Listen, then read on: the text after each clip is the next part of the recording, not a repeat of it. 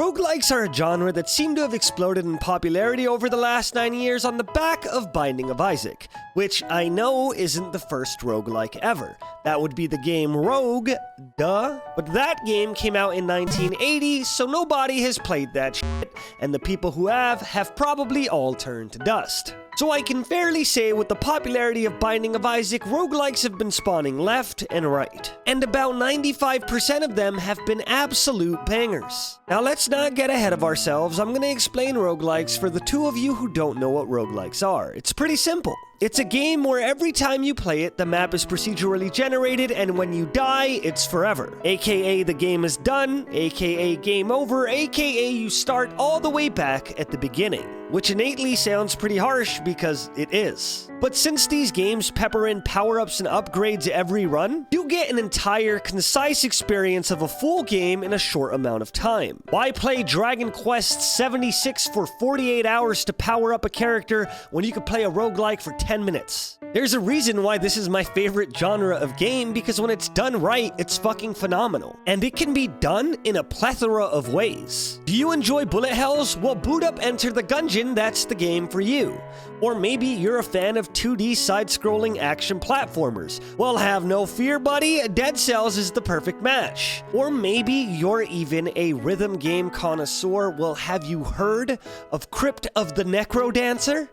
Yes, there's rhythm game roguelikes, but though roguelikes seem to be a fitting formula for just about every genre of game, unfortunately, roguelikes would always suffer through a glaring issue that would oftentimes ruin your experience. You see, RNG has the capacity to make or break your game. We've all raged at board games, some of us harder than others. Roguelikes being so dependent on RNG are no different. Maybe you're playing well in Binding of Isaac, but you don't find any keys, so now you can't get into the treasure rooms or open any chests. Or maybe your Enter the Gungeon run is going great, but guess what? You didn't get a good gun, so now, even though that game is very skill-based, the boss is gonna kill you via boring you to death because you deal no damage. It seemed like these kind of issues just came with the territory and we're going to curse roguelikes forever. But then Hades came out and did something that I didn't think was possible. Hades created a formula that negates almost all the negative aspects of RNG, while still being variant enough in its nature to keep the game fun and exciting.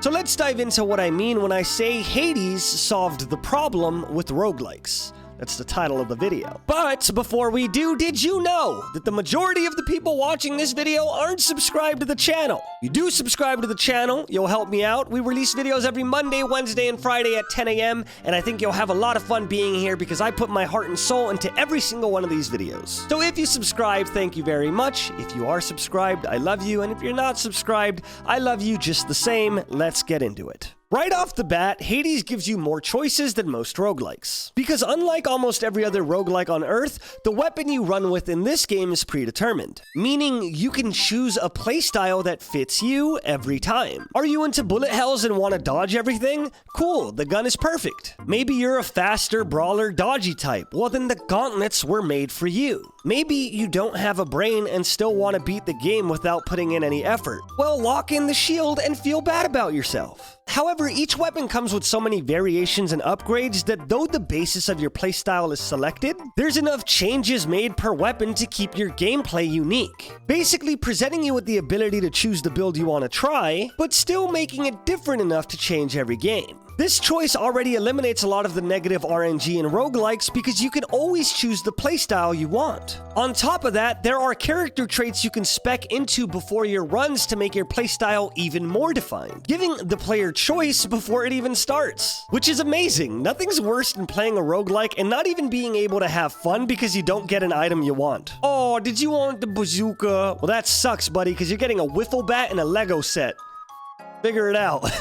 But that's not all this game does. Because on top of presenting you choices, they also let you determine what kind of choices you want. Almost every single room you clear in Hades, it lets you see the rewards you can get from the next room. Basically saying, hey bud, Do you need more tank stats? Or maybe some coins? Or maybe even a superpower? Go ahead and choose the one you want. And though it doesn't sound like it's all that crucial, it genuinely feels like the game is consistently aiding you and giving you what you need. Builds become a lot more possible because you're presented with a choice of what you want to roll for. So you don't feel as strong-armed into a terrible situation just because the dice said so. Especially because just about everything in this game can synergize with one another, making every build feel uniquely strong and fun. And you have a ton of choices as you progress through the game.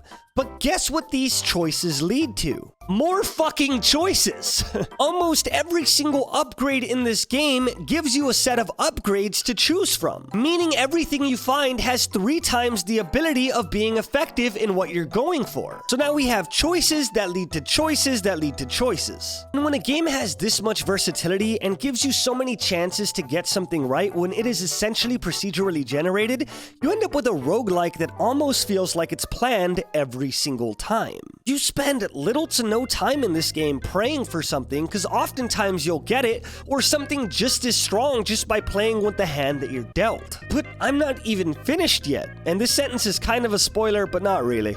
When you beat the game for the first time, you now have to beat it again at a higher difficulty. But instead of doing what every other roguelike does and just increasing the health of the monsters or giving you new enemies to fight, it lets you choose what you want to add to make the game harder. Meaning the difficulty will increase however you want it to. Maybe you're confident in your ability to clear fast. Cool, add yourself a time limit. Are your reflexes lightning? Well, then you can make the enemies move faster.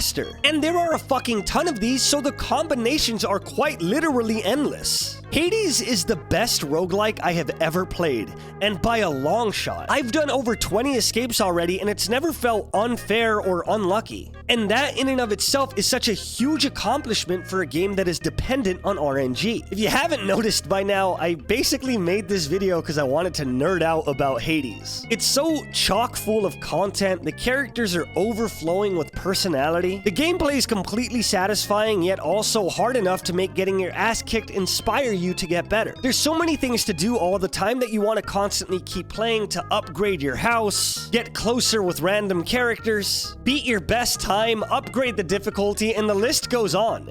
I don't think I've ever been this addicted to a game before. And honestly, the hardest part about writing and editing this video is the fact that I can't play Hades. So I strongly implore you, if you have the time or the money, you should go ahead and get this game right now. Because I can almost promise that you're gonna get lost in it in the same way that I did. I actually just beat the base game while getting footage for this video. Meaning I just unlocked a bunch of hard shit that I am gonna do live on my stream, twitch.tv/ScoochLive.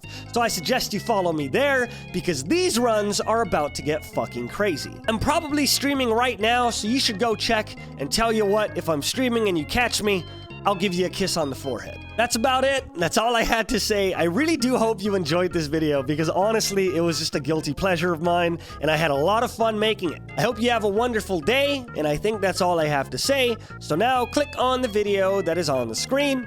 And if you click on the video that's on the screen, then you can go watch another video that will also be just as good.